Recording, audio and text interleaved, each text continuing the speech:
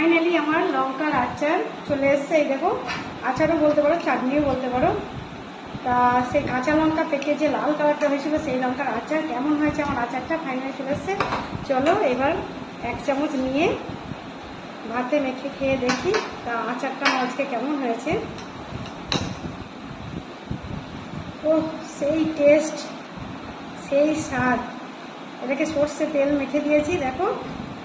ও দারুণ টেস্ট, দেখেছো লাল কালার চলে এসছে। চলো এবার খাই। খাওয়াটা দেখা হয়ে গেছে, খাও।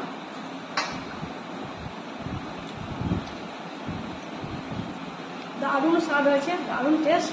তার সামান্য একটু ঝাল আছে, তা লেবু রসটা দিয়েছে, অতটা ঝালটা বোঝা যাচ্ছে না। পারলে তোমরাও বানিয়ে খেও, গরম গরম ভাতের সাথে খেতে দারুণ স্বাদ লাগবে আর মুখটা ছেড়ে যাবে। এরকমভাবে বানিয়ে খেলো। আর আমার আচারটা কেমন লাগলো তোমরা একটু কমেন্টে বলো। চলো টাটা, বাই। সবাই ভালো থেকো, সুস্থ থেকো।